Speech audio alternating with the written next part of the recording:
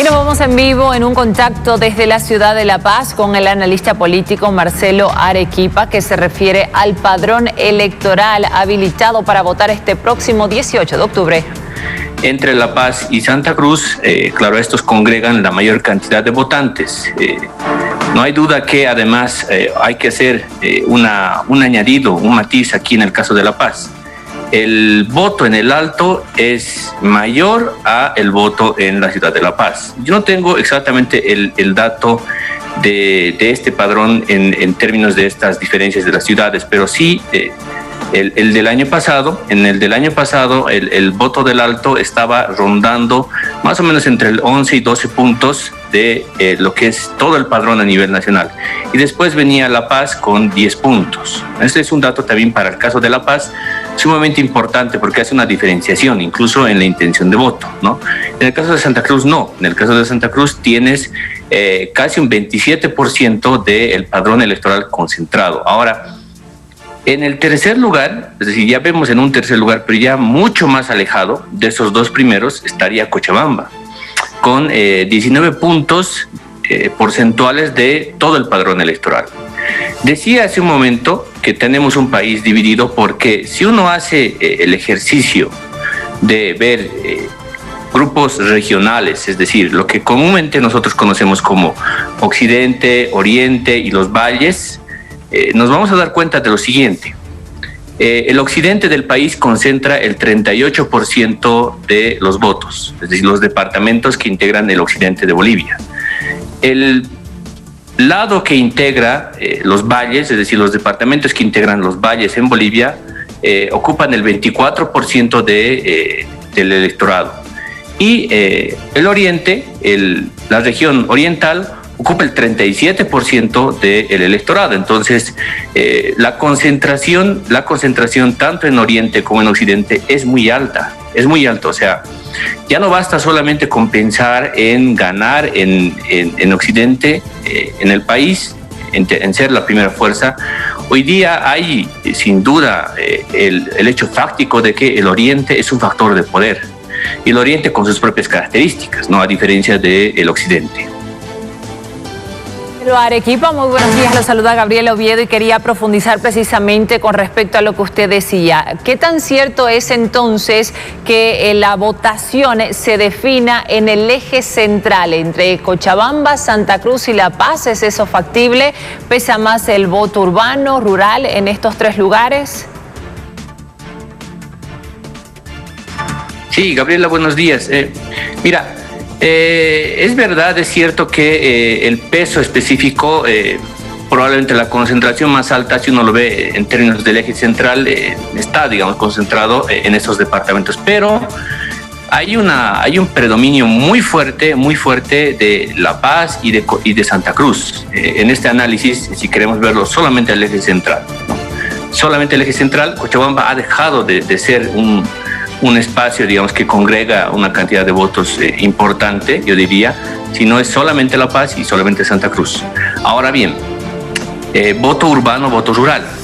Igual, para el caso de Santa Cruz, la ciudad de Santa Cruz, solamente la ciudad, tiene alrededor de 16 puntos del padrón electoral a nivel nacional. O sea, es el principal centro de votación, el principal espacio geográfico que congrega la mayor cantidad de electores a nivel nacional en términos de las ciudades, la ciudad de Santa Cruz.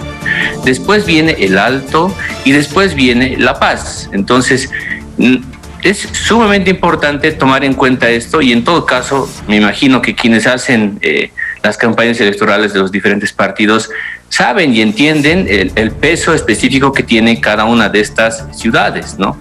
Y un factor que está empezando a vislumbrarse quizá a raíz de las pasadas encuestas que estamos viendo es el tema de la identidad, ¿no? Hablaba, por eso decía, del tema regional, porque en el caso nuestro, en el caso de Bolivia, una fractura social muy fuerte, muy histórica, para bien o para mal, en este país, es el tema regional, ¿no? Entonces, si uno revisa si uno ahonda un poco más en cuánto realmente uno se identifica con su región, vamos a encontrar que Boliviano tiene una identificación regional muy fuerte, muy determinante.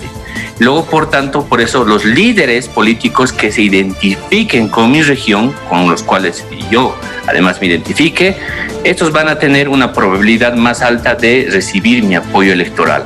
Por eso estamos viendo que en la parte de poco ya desplazando los valles y el oriente, en Bolivia, hay una competencia muy fuerte y muy movida hoy día, no tanto en occidente, donde al parecer hay algo que está más o menos estático y es casi el color azul que hemos estado viendo a lo largo de estos meses en las encuestas. Ahora, ¿a qué atribuye que La Paz tenga mayor número de votantes que Santa Cruz? ¿Y en qué afecta esto a la distribución de escaños? No, a ver, yo decía que en realidad Santa Cruz tiene, bueno, a nivel departamental, en realidad, si lo vemos a nivel departamental, La Paz tiene, claro, un poco más de votantes, ¿no? Un poco más de votantes que Santa Cruz. No son muchos, es decir, se diferencia por cientos, no se diferencian por miles en realidad, por mucha cantidad. La Paz tiene 27.4% de electores habilitados. Santa Cruz tiene 26.8% de electores habilitados, ¿no?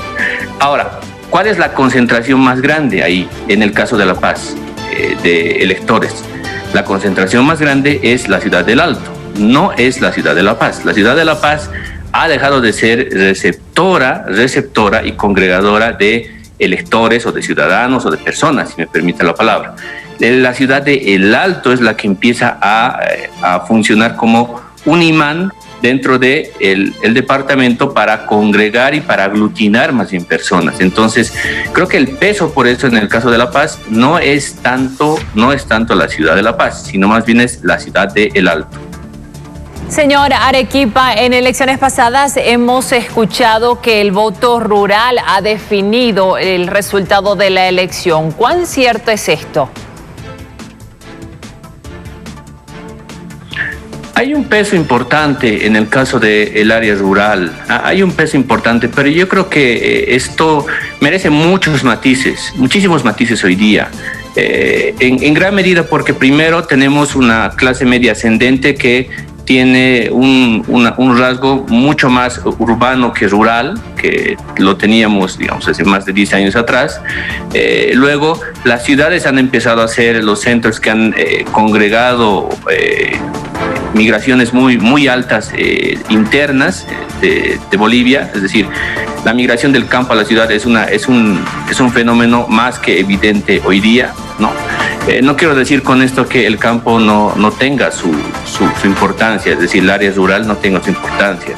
Creo que en realidad, por eso, la definición última de la tendencia hacia favorecer a algún candidato está en las ciudades, porque además el voto oculto, el votante que todavía tiene una indecisión sobre por quién va a votar, está en las ciudades. Y ese votante se maneja básicamente hoy día en dos perspectivas. Primero, ¿cuáles son los temas más importantes que se discuten en la coyuntura? ¿Cuáles son los últimos temas que se están hablando? No tanto hacia atrás, muy hacia atrás. Y segundo, ¿cuánto me identifico yo con mi candidato? La identidad, por eso es sumamente importante. En la parte rural, en cambio, tenemos más bien una cohesión mucho más estructurada. De ahí que incluso la lectura desde las ciudades sobre el campo o sobre el área rural a veces sea un poco, yo diría, sesgada respecto a no es posible que la gente vaya a votar en grupo por una sola fuerza política, ¿no? Cuando eso en centros poblacionales donde hay una cantidad reducida de personas es más posible, es más factible. No es tan factible en centros donde hay lugares, concentraciones de gente más grande, más extendida. Arequipa, permítame un segundito para seguir ampliando esta información, porque hablamos ahora que con relación a los parlamentarios, ¿cuáles son los departamentos que tienen más escaños y cómo podría esto incidir en el modo de repartir los mismos? Mira, hay que tener mucho cuidado de no confundir y sobre todo que de la población no esté confundida respecto a Si hoy día un departamento tiene más electores, luego por tanto debería recibir más representantes, más escaños. No, esto no funciona de esa manera. La forma de asignar escaños, número de diputados en el caso nuestro, depende de dos cosas.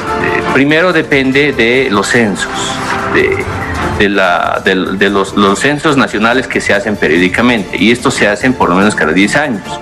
Nosotros vamos a entrar recién en los siguientes años a un censo que definirá seguramente el hecho de que Santa Cruz obtenga una cantidad o se sume uno o dos diputados más. Esa es la primera cosa.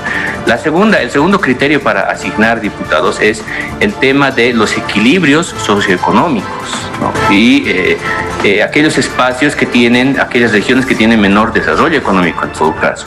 Entonces, por eso se asegura una cantidad mínima de diputados que deben tener aquellos departamentos que no tienen una concentración de votos importante. Por ejemplo, Pando, hoy día el departamento de Pando tiene solamente el 1% de los electores a nivel nacional, solo el 1%.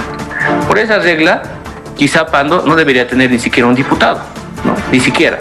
Pero por eso la ley genera una propensión a ciertos equilibrios regionales para que tengan una representación mínima los departamentos y luego no queden postergados o rezagados.